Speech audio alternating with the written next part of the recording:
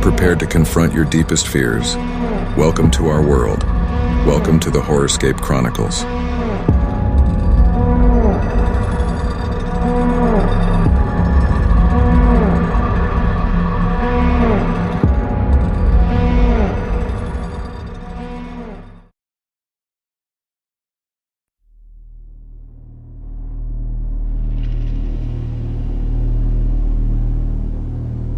उत्तर प्रदेश के गोंडा जिले में बसे एक शांत से गांव बगौरा की शान थी एक पुरानी और विशाल हवेली, जिसे लोग आज भी राय हवेली के नाम से जानते हैं।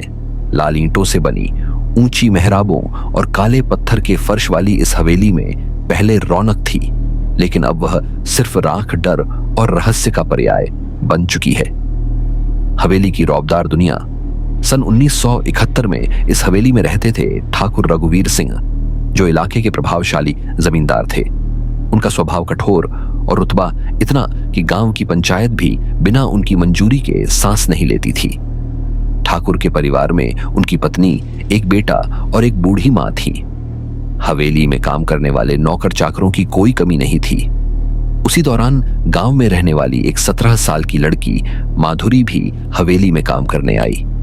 वो बेहद सीधी सादी, सुंदर और गरीब परिवार से थी। उसकी मां गांव में झाड़ू पोंछा करती थी।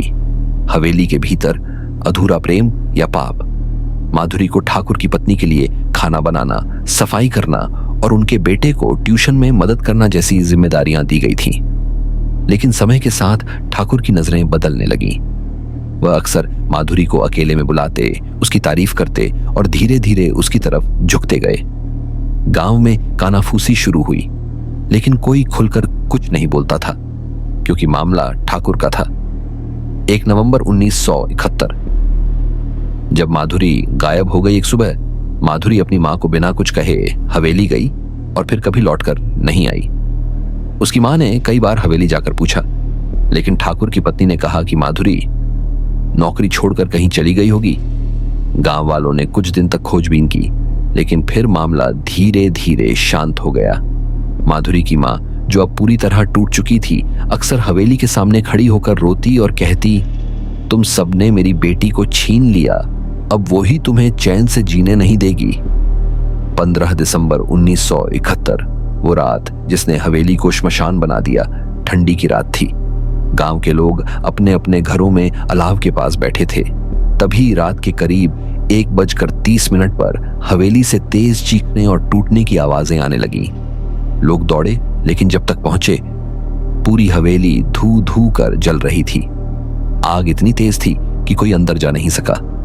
अगली सुबह जब राख ठंडी हुई तो ठाकुर, उनकी पत्नी, बेटा और मां की जली हुई लाशें हवेली के अंदर पाई गई।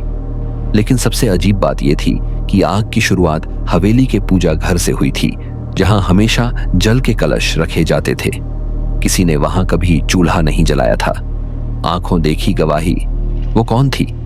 3 ग्रामीणों ने बताया कि उन्होंने आग के बीच बालकनी में ठाकुर को भागते देखा और उसके पीछे पीछे एक सफेद साड़ी में लिपटी महिला को, जो आग से नहीं जल रही थी, बल्कि आग उसके चारों तरफ नाच रही थी। उनका दावा था कि माधुरी की आत्मा ही वापस लौटी थी और उसने अपना बदला ले लिया। अब की कहानी। 50 साल बाद भी वही डर। आज भी गांव वाले उस हवेली को पास से देखने नहीं जाते। हर शनिवार रात हवेली से जलती लकड़ी की गंध आती है। कई लोगों ने वहां से औरत की चीखें और रोने की आवाजें सुनी हैं। गांव के 2 बच्चों ने वहां खेलते वक्त एक जली हुई चूड़ियों की जोड़ी और एक अधजला दुपट्टा पाया था।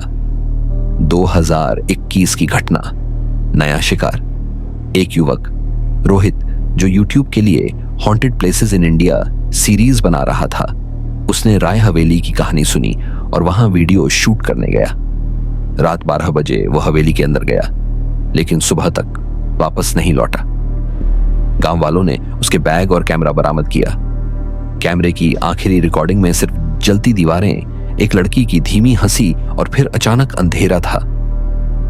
आज तक रोहित का कोई सुराग नहीं मिला। माधुरी सिर्फ अपनी मौत का बदला नहीं चाहती, वो चाहती है इंसाफ। और जो इंसाफ से मुंह मोड़े, उसे वो जिंदा नहीं छोड़ती।